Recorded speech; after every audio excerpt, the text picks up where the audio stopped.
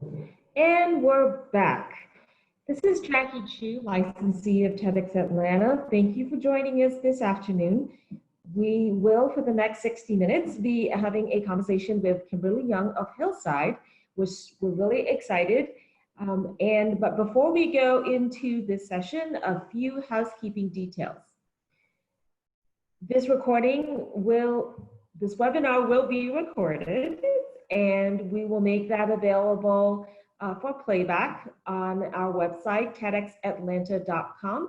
We will also be muting everybody during this session. However, if you have questions, we encourage you to submit them in the Q&A box in your screen.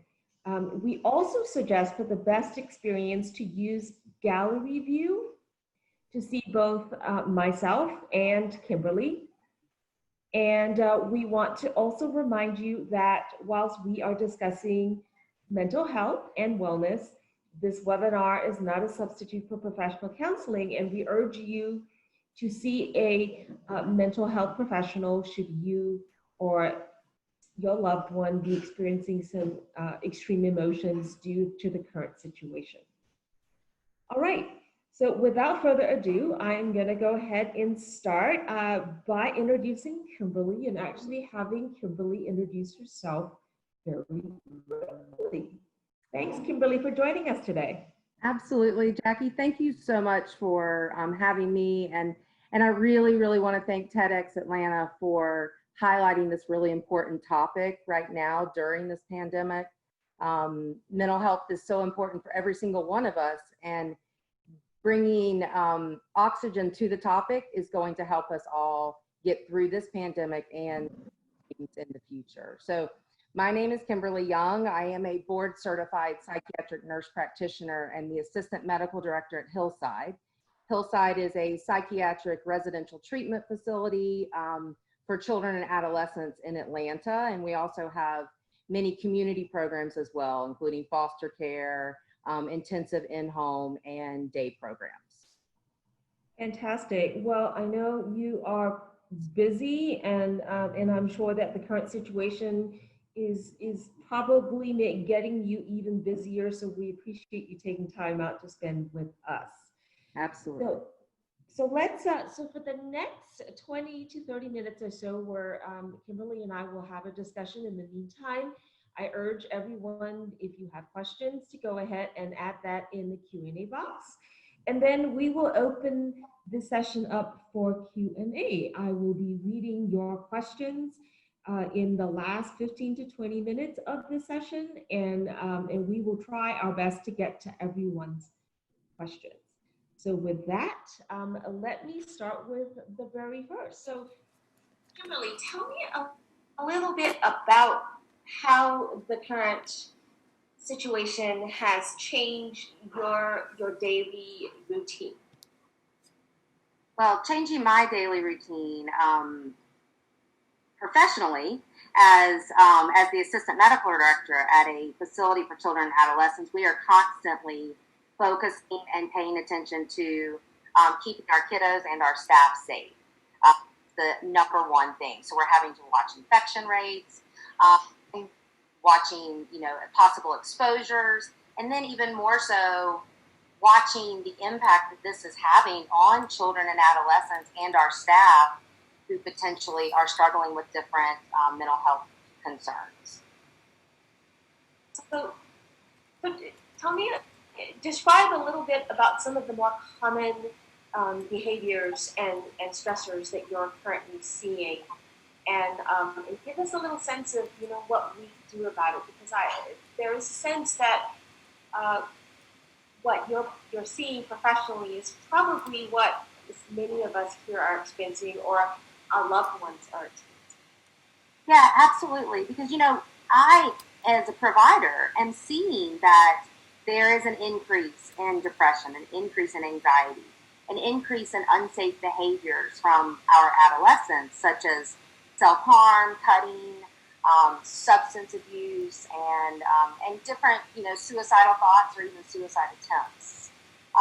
And that's what I'm seeing as a provider. And also, we already know, just as you said, Jackie, that it's people listening today in our entire country and world that is being impacted both physically and medically from this pandemic, as well as within mental health. I think that, so there's something that it's called a shadow pandemic.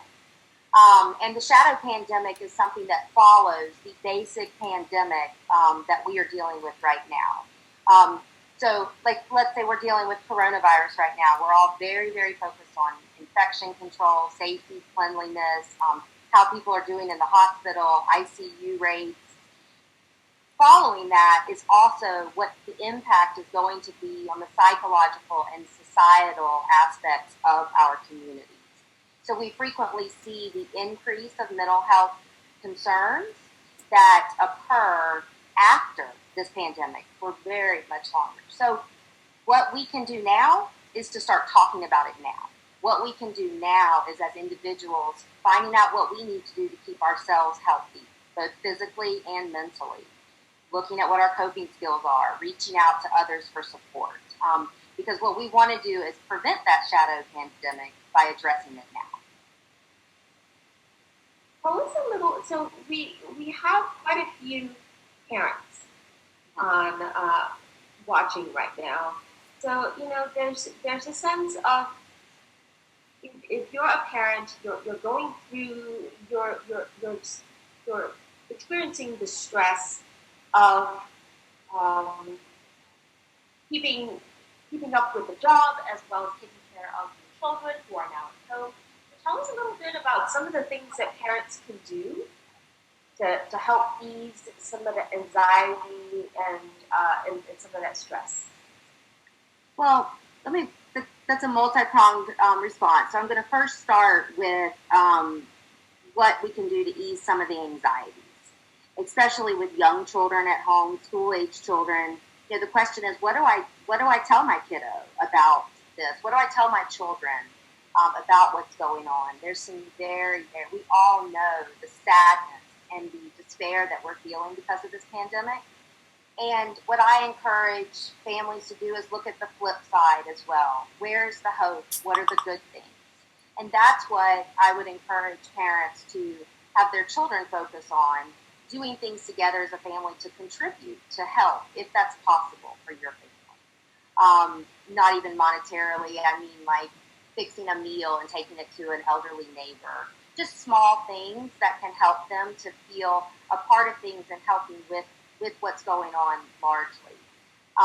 And then there's that question of like the parent feeling like they may want to almost pull their hair out because they're trying to work. They're trying to maintain their sense of normalcy. They're trying to handle their child at home and teach. You know, now they're a homeschool teacher, and it's taken the world and flipped it upside down for them. So first and foremost for the parent is they've got to focus. They've got to put their oxygen mask on first, and make sure that they're taking care of themselves. 30 minutes a day, even 15 minutes a day of mindfulness or meditation to just simply stop and just take observation of your emotions can help the parents to then be more attentive to the kiddos when they're all there together. And then on top of that is schedules. In the home, I think everybody needs to have a very pretty much set up schedule of what we're doing every day. And it can differ. Just like our world differs, like my day on Mondays is different than my day on Tuesdays because of different meetings. Families can do that together as well. Making structure and time so that the kids know what to expect, so that the parents know what to expect during this time of a lot of uncertainty.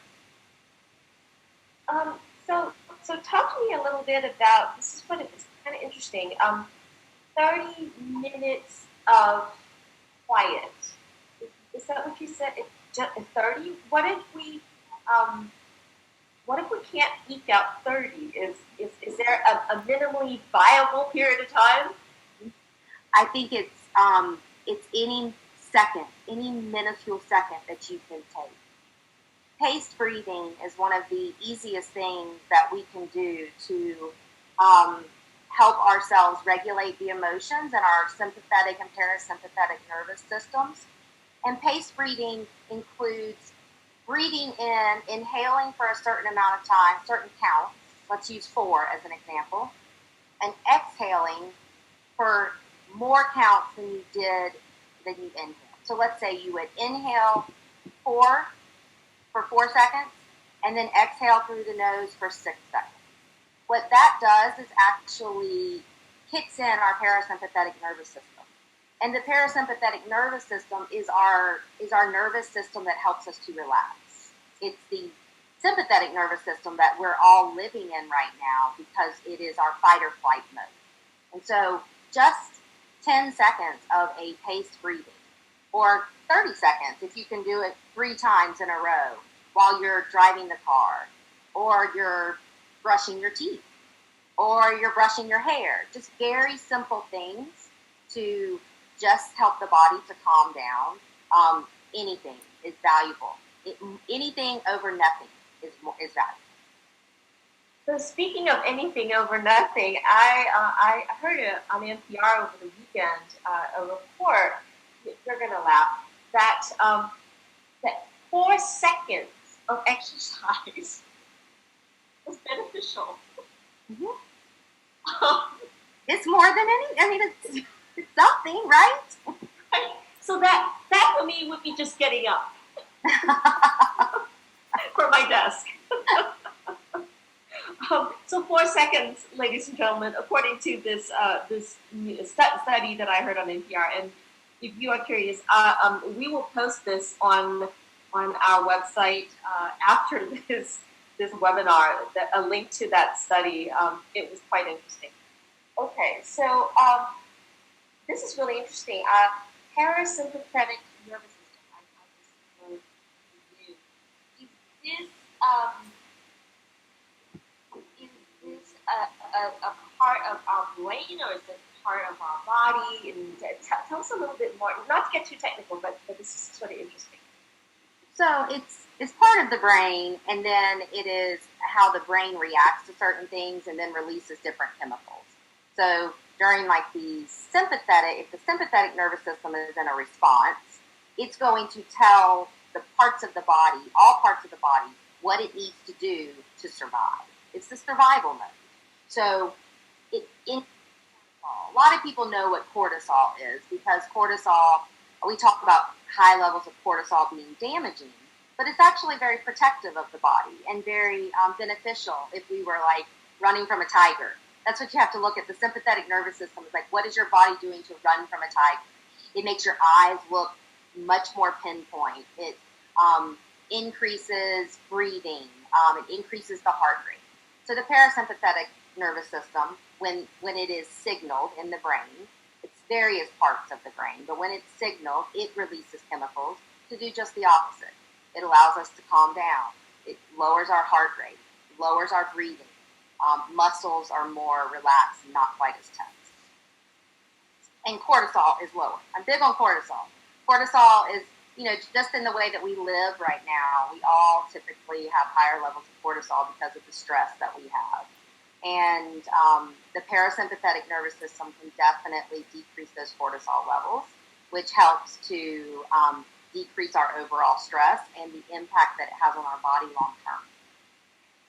So you're saying, if I understand this right, paced breathing, so the act of breathing in for 4 seconds and then exhaling for more than 4 seconds, so say 6 seconds, and doing that for a few minutes, that helps our parasympathetic nervous system and helps calm us down. Right. It kicks that parasympathetic nervous system in to say, oh gosh, Jackie needs to calm down. So I'm going to release the different, all the different chemicals from the brain to help your body just relax a little bit more. So that's why it would be perfect just at various times of the day. If you don't have 30 minutes to meditate, because a lot of people don't right now, you can do this paced breathing at various times during the day to just kind of help to regulate yourself. It regulates the chemicals in your body, which then help to regulate your emotions as well. Okay. Fantastic. Okay, I'm gonna have to try that. So I'm gonna switch gears real quickly. But it's a slight departure, but still related. So there's there's this phrase going around. It's called the COVID-15. Have you heard of that? Mm-mm. So like the freshman 15, you put on 15 pounds freshman year in college. Yes. So there's this phrase going around called the COVID-15. There's one of the ways that some of us cope in times of stress is to eat. And yes, many of us don't really have a really good relationship with a healthy relationship with food. So, do you have any thoughts or any words for us, those of us who are going through? I have lots of thoughts, and in a moment of vulnerability, I will say that food is my weakness during this time too. So some of the things that I share are very much things that I have to practice as well. And the food is, I look at food when it's a coping mechanism, when our relationship with it is not just to nourish our bodies, as being very similar to alcohol, to various forms of drugs, to cigarettes, to working too much. It is something that pushes our emotions down, and so that we don't feel them quite as much. And so during this time right now, I think I could talk about all different ways that we could approach our emotional eating and the COVID-15. But during this pandemic, we're in a different world right now. And I think that it's important for us to stop judging ourselves. And when we stop judging ourselves and we break the cycle of guilt and shame, then that actually prevents some of the continued overeating. Focus on what can make your body feel good right now, and focus on doing whatever it is that you can do to nourish your body. And if you eat the extra honey bun tonight because it was a really stressful day, right? I mean, it's okay, just let it go and move on to something else. There's a term in DBT DBT is the therapeutic modality that we use at Hillside called dialectical behavior therapy. And there's a term in DBT called radical acceptance.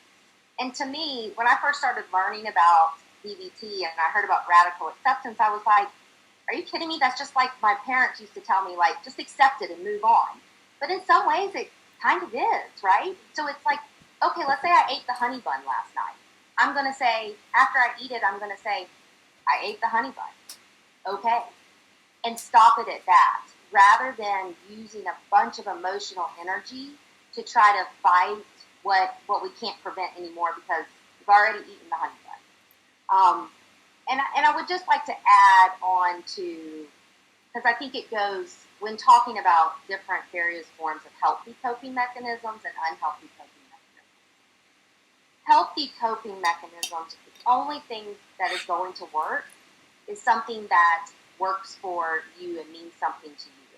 I tell my clients and I work with adolescents, and so I kind of have to, joke around with them. But I tell them coping skills they're nothing. They're not going to work unless you want them to work and they mean something to you. So Jackie, you may not like to go exercise. I mean, you said getting out of the chair is 4 seconds for you, and that's exercise, right? So I'm not going to tell my artist client who really likes to paint, well, the best thing for you to do is to go run 3 miles when you want to engage in an unhealthy coping skill.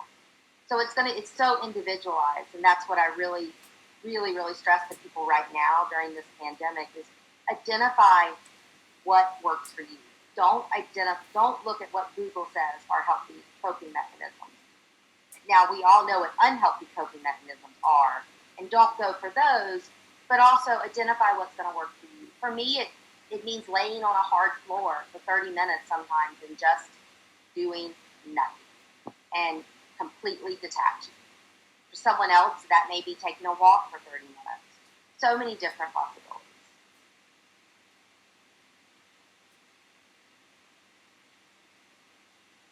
Fantastic.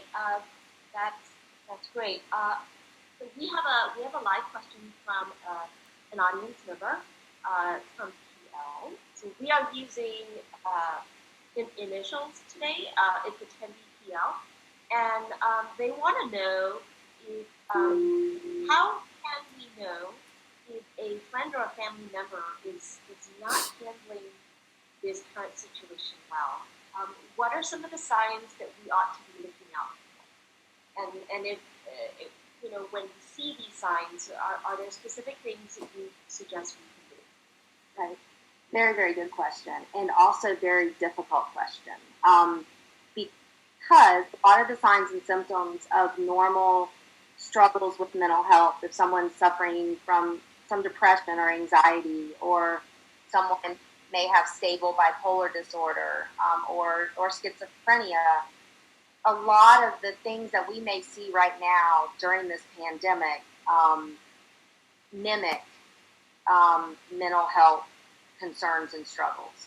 So we have to hash it out and weed through what is it that someone's really is struggling at baseline, like the rest, like that's a healthy struggle because this is a stressful time, or is someone struggling to a degree that is concerned. So if we're looking basically at like depression and anxiety and other mental health symptoms, we're going to look at excessive sleeping or lack of sleep, suicidal ideations, lots of feelings of guilt, sadness, lots of crying, isolation, changes in appetite, which is something we just talked about, right? I mean, we're all kind of struggling with a change of appetite of some sort.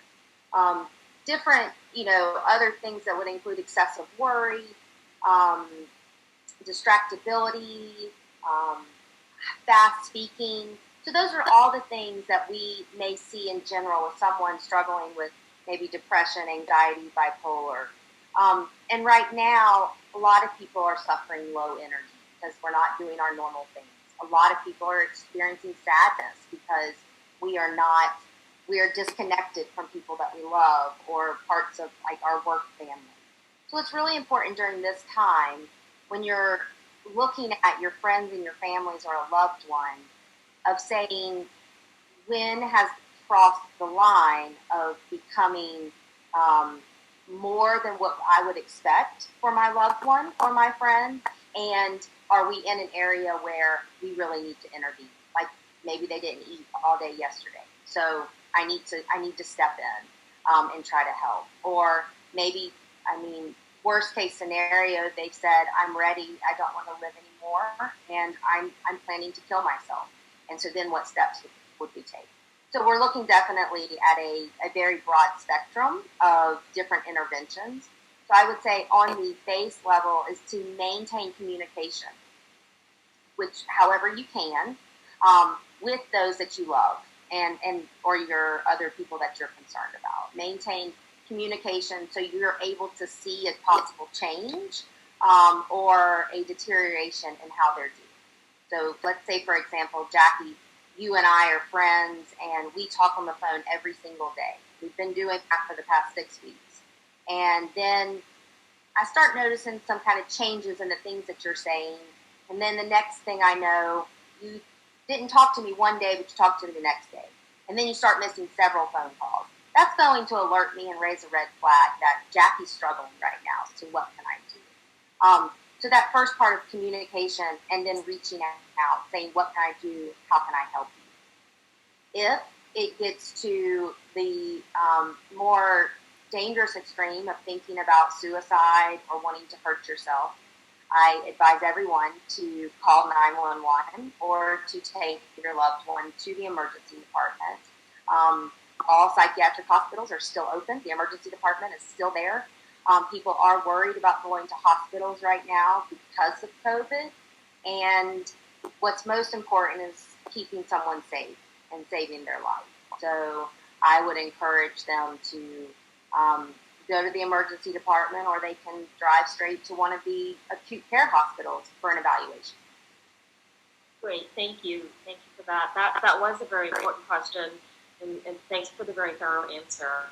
So we have producer Rachel in the background, and Rachel at some point during this webinar will post the phone number for the National Suicide Hotline, just so that it's handy for those of us here on this session to have. And I did not know, actually, Kimberly, that the psychiatric facilities were still fully operational and accepting clients. So that's also good to know. So as far as what I'm aware of, I believe there is a facility. So Emory has a really good facility. Another one in I want to say the Dunwoody area is Ridgeview. Does that sound right?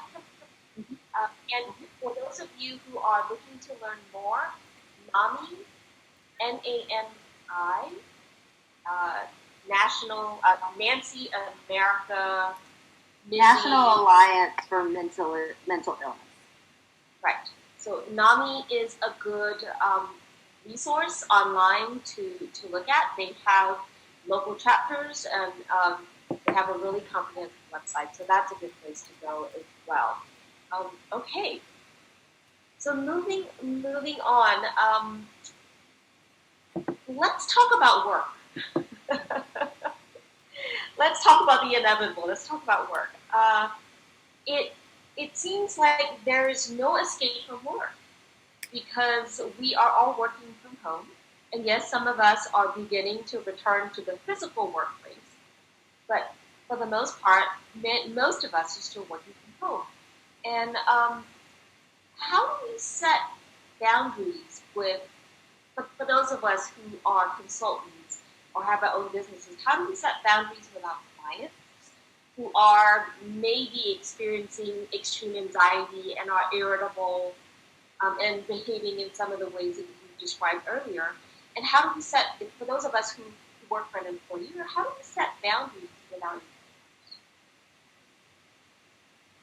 That's so important. I mean, boundary, because right now, our lives have just completely meshed, right? A lot of people are working from home, so you're getting emails at 8 or 9 o'clock, work related, because everyone's working from home, and needing to set your own personal boundaries, and then setting boundaries for your own personal boundaries from work, and then setting boundaries with coworkers or bosses or contract individuals. So to me, it comes down to communication and practicing 3 very specific steps.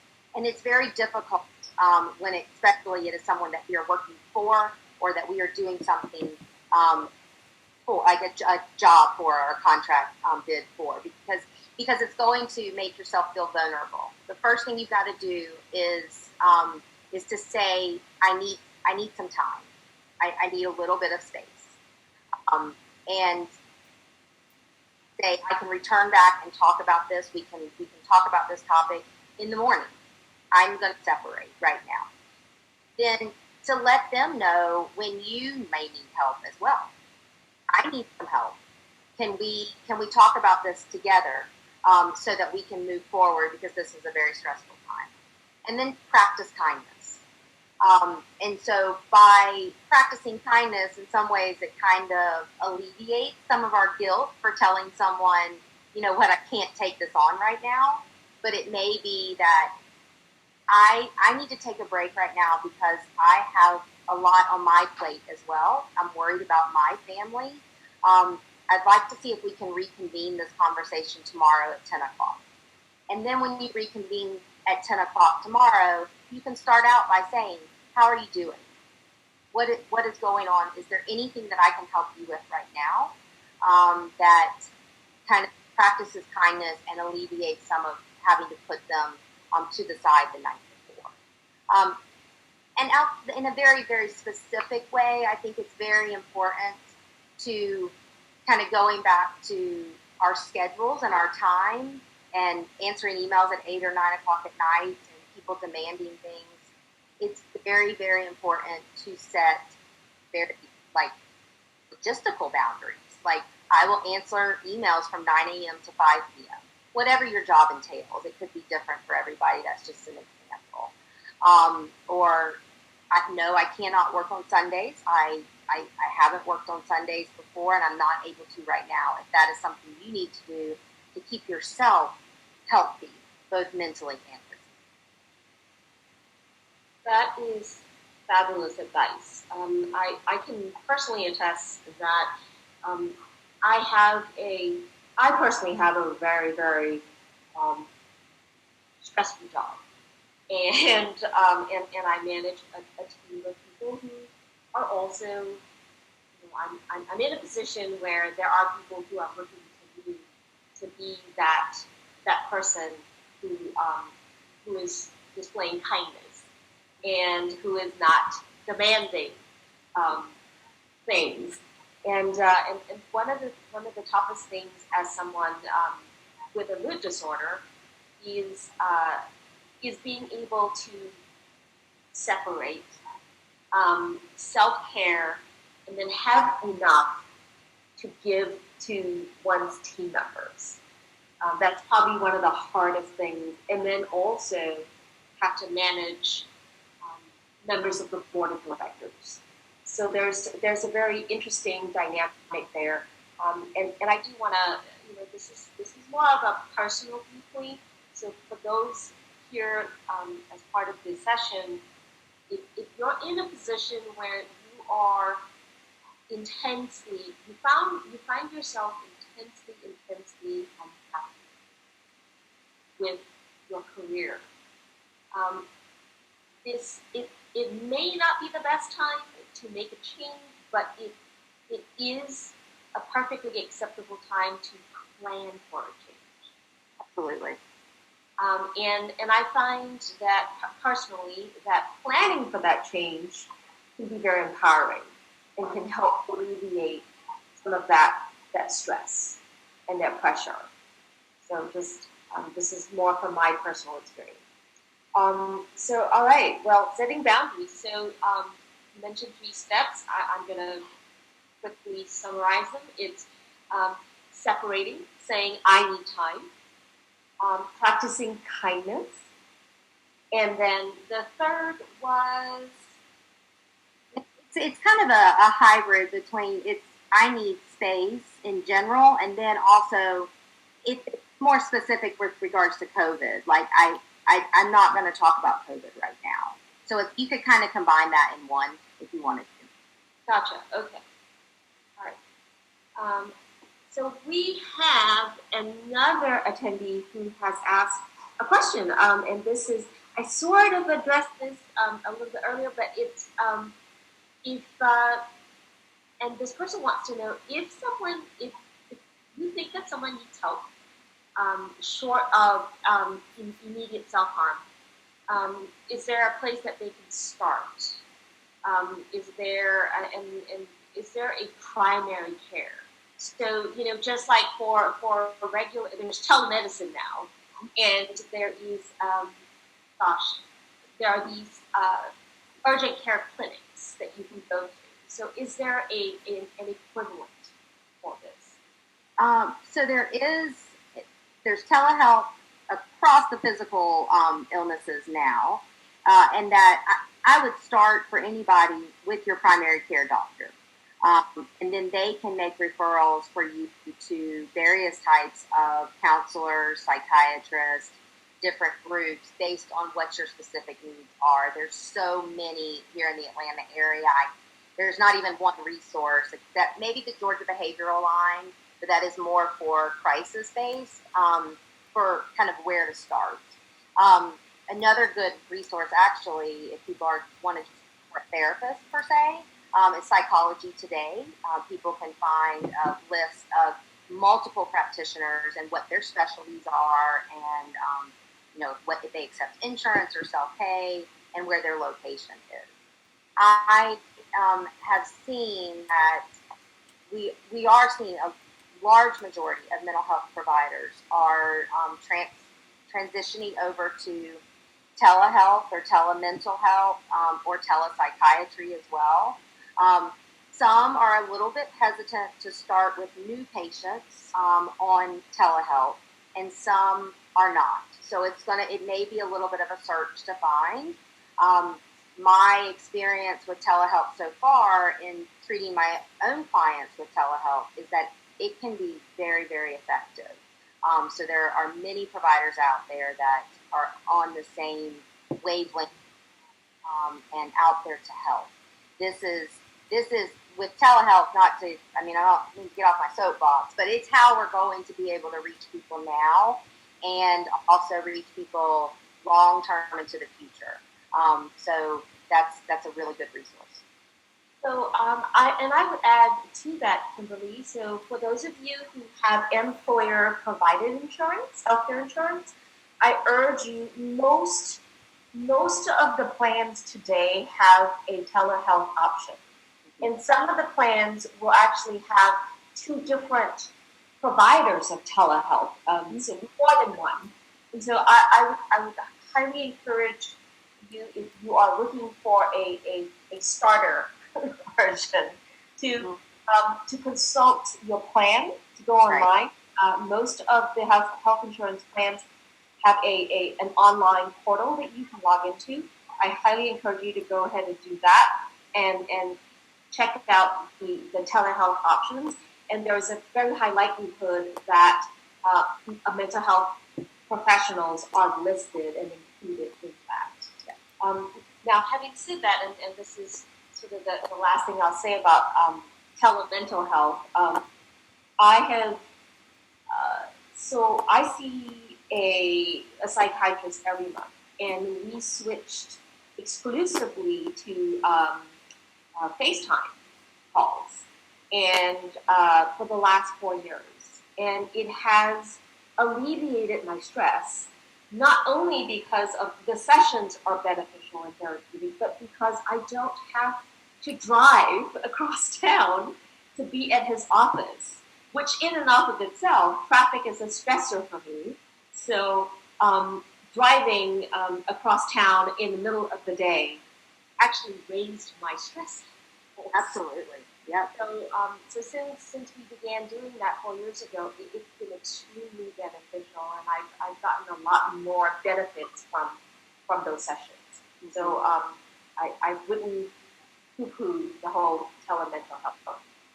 Yeah, I just can't speak enough of, just as my personal experience as a provider of the windows and doors that telemental health can open.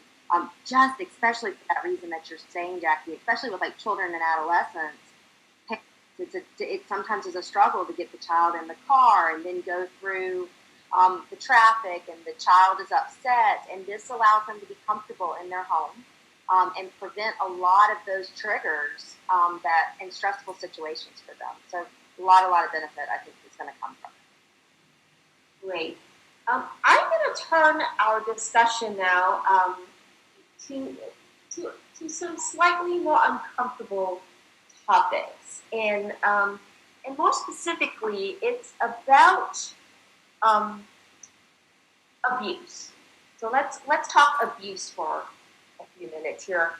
So specifically, domestic abuse and substance abuse.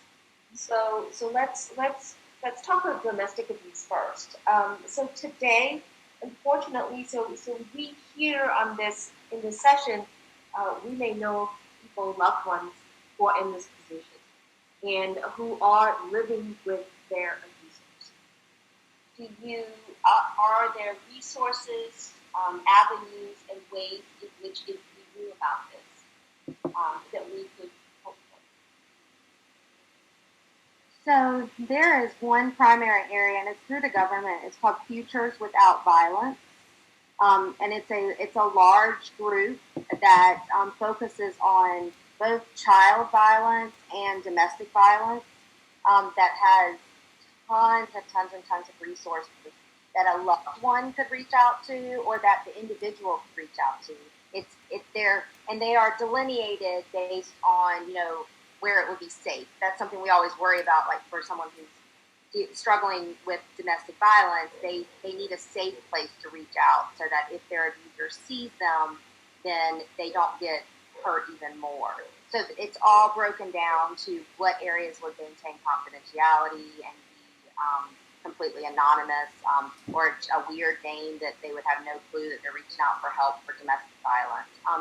And this one group definitely is receiving a lot of funding from the CARES Act through the government to ensure lots more money to child welfare, to domestic violence, to increasing Head Start funding for younger children. So that is one place I've been looking at frequently with other clients and so forth, and in the last month or so, to just look at, to then branch you off to other areas closer to home.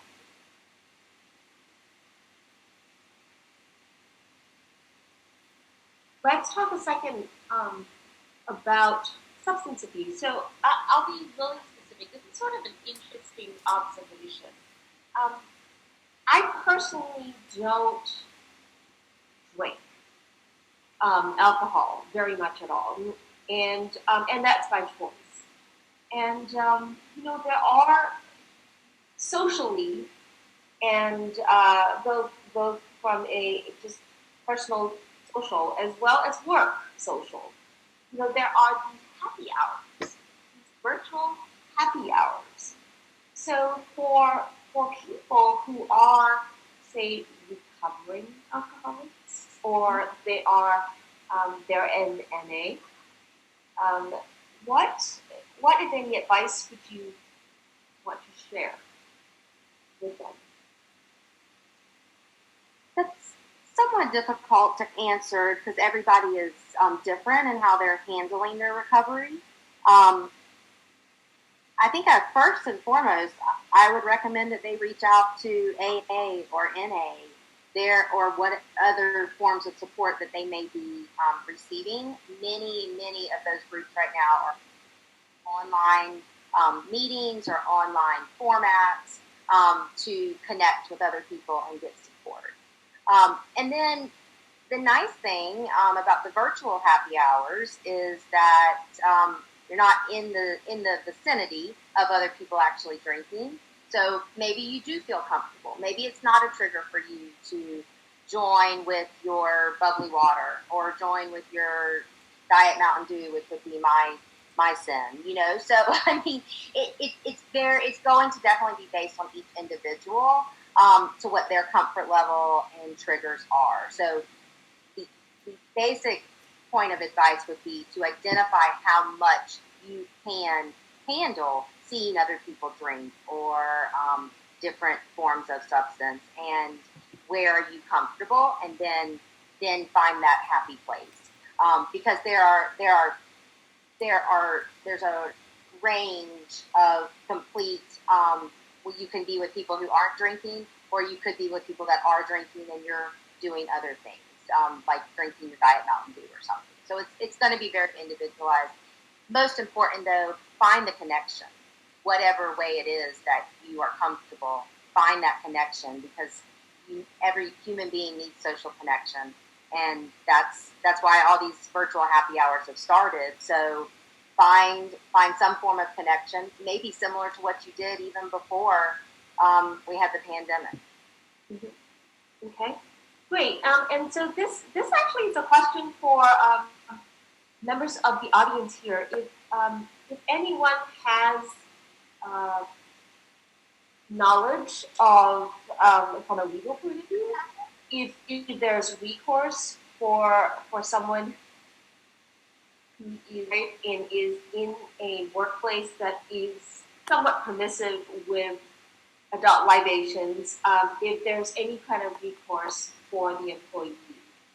So those of you, if anyone here knows of anyone who has some legal insights on if there's any sort of actions or recourse, we sure would like to hear about it, because this is something that I've heard from a number of people who are quite honestly having a really tough time with the current situation, because it's so it is a very social activity, and there's this sense of peer pressure that is very difficult particularly for some of these people who are recovering. So, so great. So, are you saying there's peer pressure from the employer, or I guess my question is, what are you asking about legal ramifications from the employer if the employee does not participate, or if they do participate?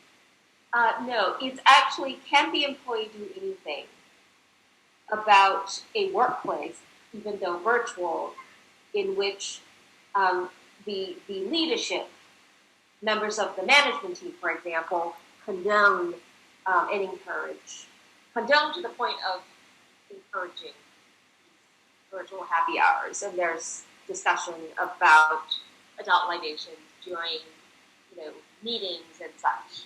So I have, there are workplaces that are just a little looser, if you would, and less corporate, if you would. And so I've had people ask me about this, and it sounded to me it didn't seem very fair that someone who is trying their best to stay on the wagon would have to put up with that. Yeah. Yes, I agree. So and so that's why I asked. All right. So so attendees, I am going to spend the next 10 minutes or so, because it's 12:46. How about that? We've been talking for 45 minutes. Good gosh. Time flies. Yeah. So we're going to spend the next 10 minutes or so answering questions. So we picked up 3 audience questions. Are there other audience questions out there? If you have them, please put them in the Q&A box.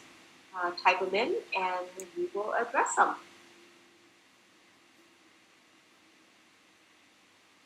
So whilst we're waiting, I have a question for you. So what has been the most surprising thing to come out of this quarantine and social distancing for you, personally?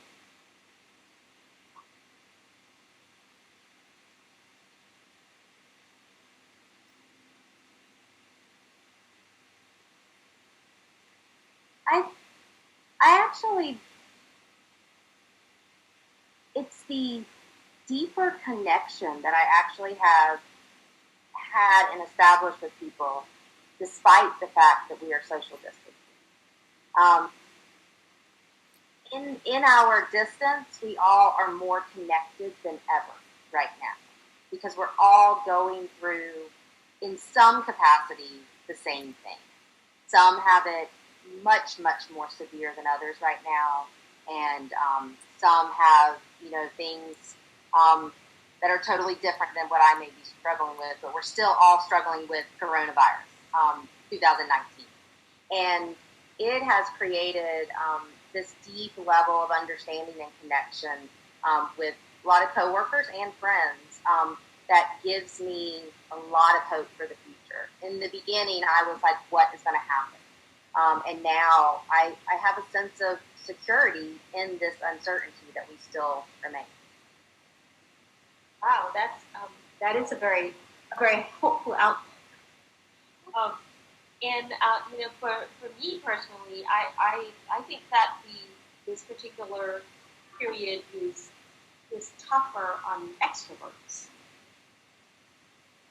So I personally am an introvert, and we talked a little bit about this during our pre-call, and so it hasn't been as difficult for me.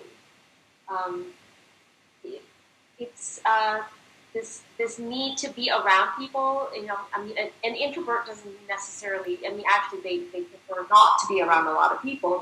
They're fine one-on-one.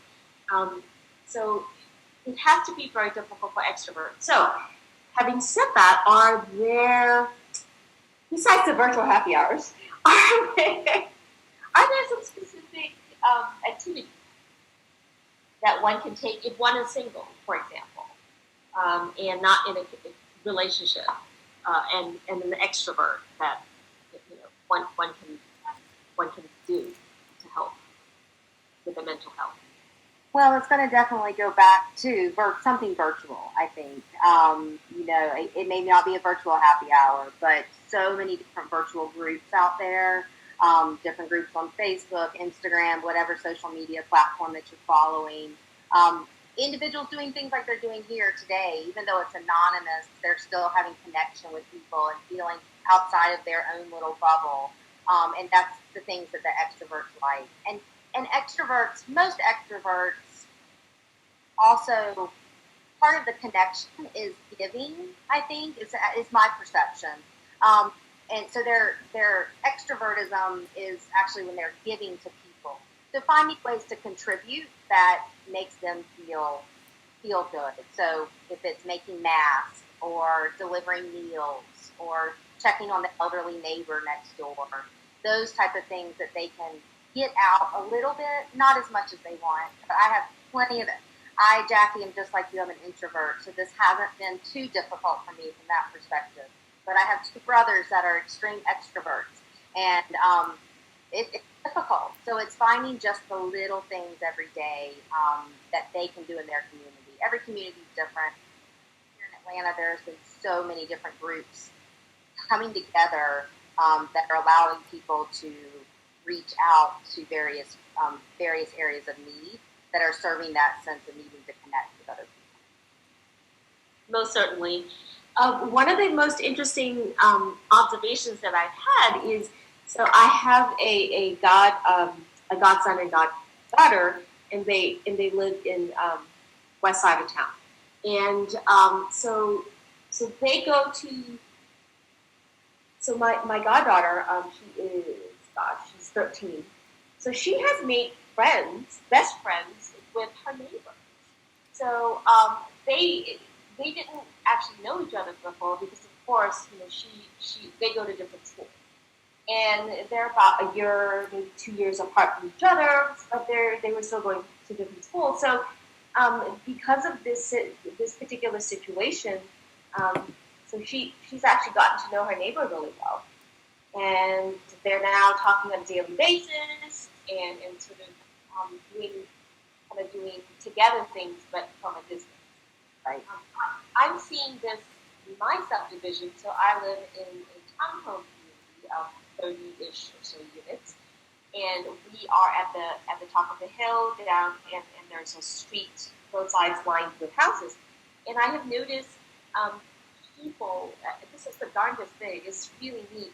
I see people who didn't know each other before, sit in a circle in their front lawn, 6 feet apart, and they're neighbors, sort of just talking to each other. And they didn't know each other before because everyone is so busy getting in their cars, going to work, and then coming home, and then, doing the whole thing again, and then weekends are occupied with kids and family activities and so on and so forth. So there have been some really interesting relationships being built and community and a sense of community in close proximity, if you will. So it's kind of an irony.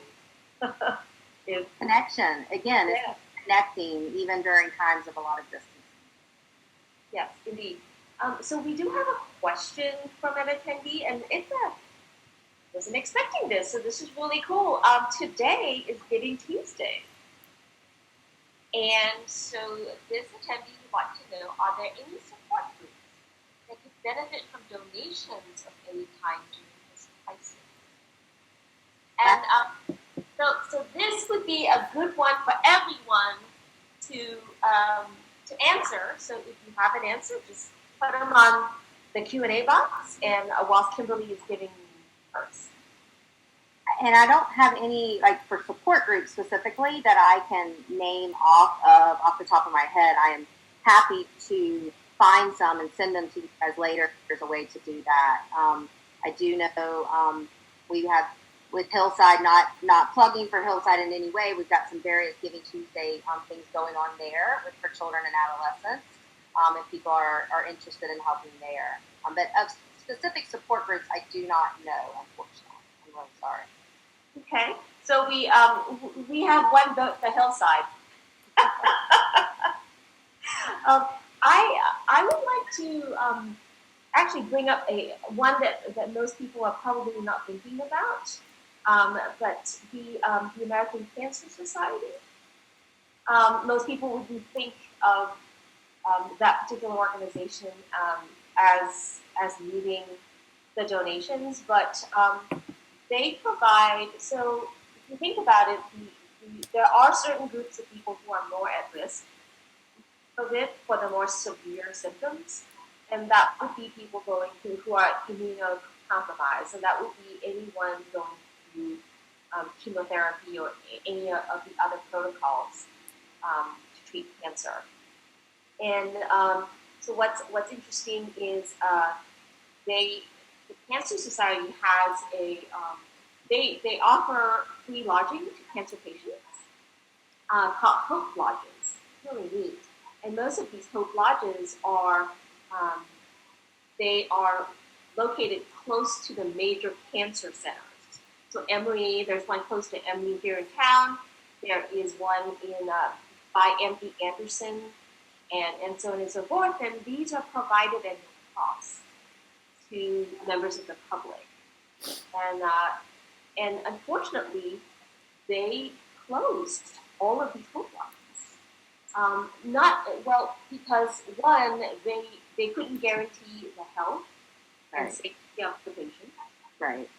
But what they did do is that they reopened it with the help of donations to healthcare providers and first responders, because these were close to hospitals, and so instead of having to go home, these healthcare workers, instead of having to go home, they would go to the Hope Lodges, and so this is sort of once again a very unexpected. You really think of the Cancer Society doing this, but that's something that they're doing, and it goes towards the first response. That's wonderful. I was thinking of one as you were telling about that I think is important to highlight to everyone. Most summer camps are being either postponed or canceled this summer due to the coronavirus. And so a lot of kiddos, those camps are there to get away from the family, or they may be, it may kind of be their safe space. And then for children with medical illness that go to special camps, to be able to be with other children with similar medical illnesses, it's a really important part of their mental health stability, and those are being canceled this summer. So I would encourage people looking at like the American Camp Association or Camp Twin Lakes here in the Georgia area that sponsors children with medical illnesses and conditions. Those could be other areas to support as well. Fantastic. So Camp Twin Lakes, and what's the other one that's national? American Camp Association. American Camp Association. All right. And we have someone, an attendee, who's suggesting this is true and really interesting. Indigenous peoples or Native Americans, they are not getting support from the CARES Act, unfortunately, and as you can well imagine, they are hit hard. There is a large, disproportionately large segment of that population that suffers from diabetes and other types of conditions that predispose them to COVID. Absolutely. Yep. So definitely, and this attendee. So please, attendee who suggested this, please send us a link.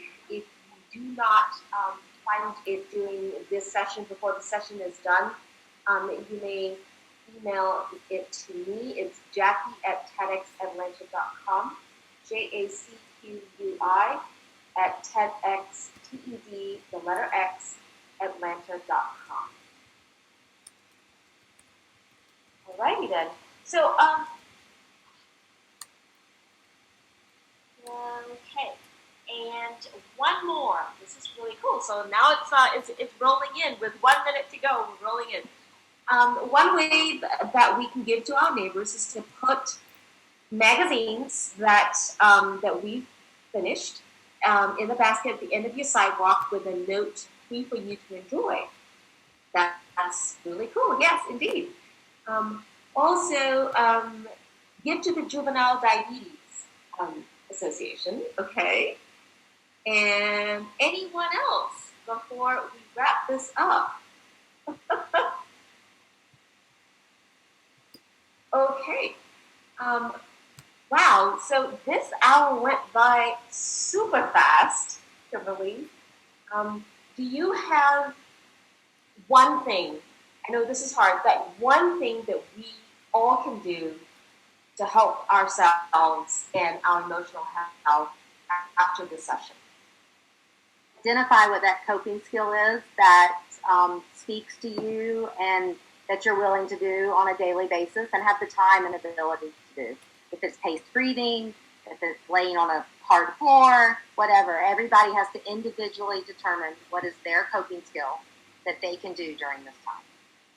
Fantastic. So all of you, your homework after this is to find that one thing, even if it's 4 seconds, that one thing that you can do and can do regularly and that you don't mind doing, that would help you de-stress. Exactly. Awesome. All right. Well, Kimberly Young, thank you so much. Thank you, Hillside, for loaning you to us for the last hour. This was fantastic. And thank you all for your attention. And once again, this session has been recorded, and we will make that available on demand on our website just as soon as producer Rachel gets the recording ready. And we will put all the links and resource websites that we've talked about also on the blog post where this video will be stored. Okay, and so with that, I am going to log off and have a fabulous day. Thank you so much, Jackie and TEDxAtlanta. It's been wonderful.